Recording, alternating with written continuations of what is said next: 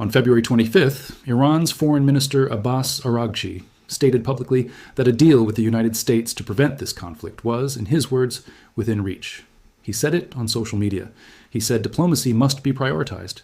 He reiterated Iran's position against developing nuclear weapons. 72 hours later, American bombs were falling on Tehran. Stay with this. Because that gap, 3 days between a diplomatic statement and an operation, is not a detail. It is the structural fault line that explains everything about why this conflict is now in its 6th day with no end in sight, why the justifications keep shifting, and why the institutions that are supposed to manage escalation have failed in ways that will outlast this operation by years. Before we explain what happened in those 3 days, and we will explain it precisely, there is a question that reframes the entire picture. If the justification for this operation was intelligence that Iran was planning a preemptive strike on American forces, and that justification is now being directly challenged by sources inside the Pentagon itself, what does this conflict actually rest on? Hold that question. We will come back to it. And when we do, the answer will change how you read every development that follows. Day 6. The arithmetic of this conflict now reads as follows. Iran has launched more than 500 ballistic missiles and over 2,000 drones in retaliation, according to U.S. Admiral Brad Cooper. According to reporting from multiple outlets, an anonymous Pentagon source told Congress in closed-door briefings that there was no intelligence suggesting Iran was planning to attack American forces first.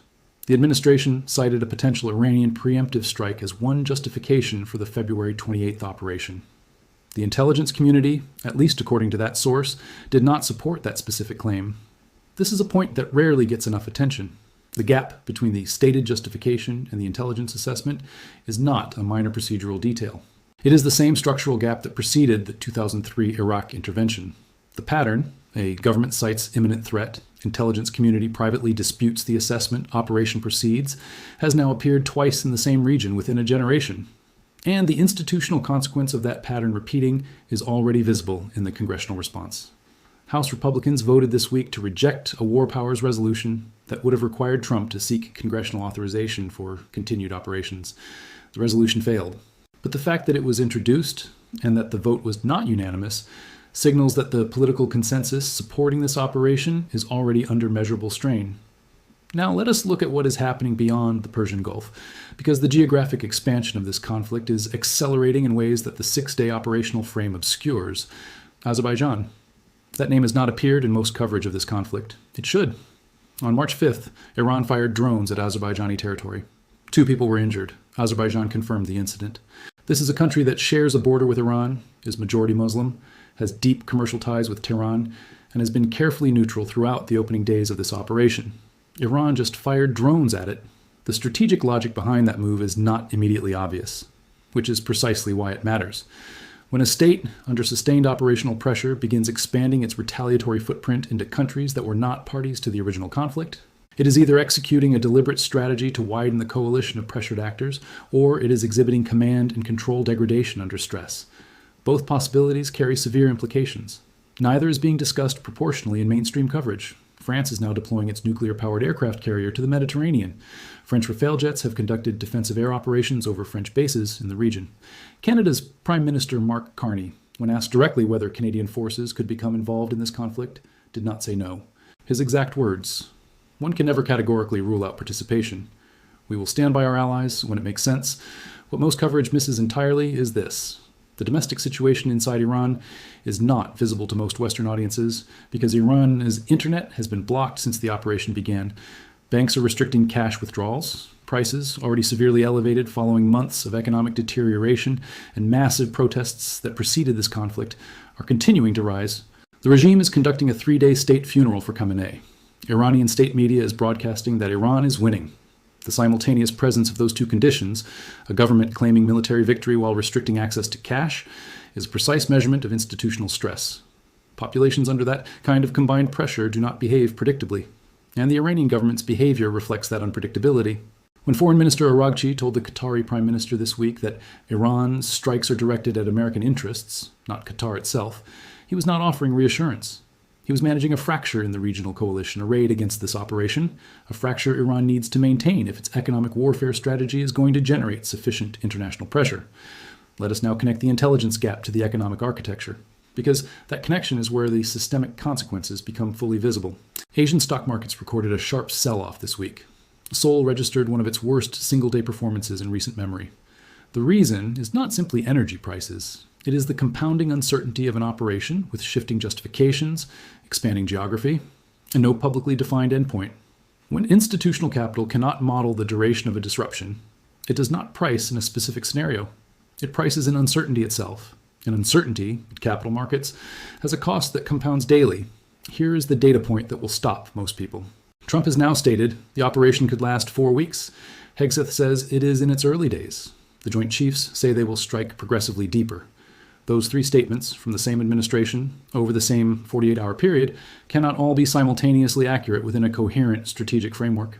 Either the 4-week timeline is real, in which case early days and progressively deeper imply a massive escalation in the remaining time, or the timeline is flexible, in which case the economic and institutional costs of open-ended commitment begin to compound in ways that the administration has not publicly quantified.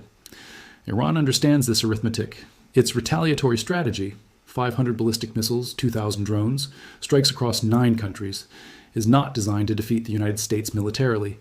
It is designed to make the cost of continuing this operation visible to the American public, to allied governments, to capital markets, and to the congressional members who are already introducing resolutions. The question is not whether Iran can match American military power. It cannot. The question is whether it can raise the cost of this operation past the threshold that the domestic political consensus in Washington can sustain. 6 days in, that threshold has not been reached. But it is being tested every day. 3 scenarios frame what happens next. In the low probability scenario, the intelligence gap becomes a formal congressional inquiry. The combination of the war powers debate, the disputed justification for the operation, and the expanding casualty count creates sufficient institutional pressure to force a defined endpoint within 2 to 3 weeks. Iran's Transitional Council, given a face-saving framework through a third-party intermediary, Qatar is the most likely candidate, accepts a temporary halt and enters structured talks. The conditions exist. The political will does not yet. The medium probability scenario is the most likely equilibrium. The operation continues at high intensity for the remainder of the 4-week timeline. Iran sustains its retaliatory posture without achieving decisive disruption of American operations. At the end of the 4 weeks, the administration declares partial success, the missile program degraded, the nuclear infrastructure set back, and moves toward a negotiated framework that neither side will describe as a victory. The underlying structural tensions remain unresolved. The IAEA question remains unanswered. A new equilibrium of mutual deterrence emerges, more expensive and more fragile than the one it replaced. In the high probability scenario, if current trends persist, the geographic expansion continues to draw in actors who were not parties to the original conflict. The Azerbaijan incident is the leading indicator. Each new country that receives Iranian ordnance, intentionally or otherwise, adds another layer of institutional pressure that the administration must manage. The Joint Chiefs' commitment to striking progressively deeper generates Iranian retaliation that is also progressively broader. The 4-week timeline extends, the economic costs compound, and the intelligence gap, the question of what exactly justified the February 28th decision, remains officially unresolved, even as it shapes the institutional response to every development that follows. 3 days, between a foreign minister saying the deal was within reach and the first bombs falling on Tehran, 3 days passed. The question that no official has answered on record, that no congressional hearing has formally examined, that no allied government has publicly demanded, is the simplest one. What happened in those 3 days that made negotiation impossible and this operation necessary? Because until that question has a verified answer, everything else, the tactical objectives, the timeline, the casualty count, the economic disruption, the expanding geographic footprint, rests on a foundation that has not been publicly established. And foundations matter, especially when you're 6 days in with the Joint Chiefs promising to go progressively deeper, and no one has yet defined what the bottom looks like.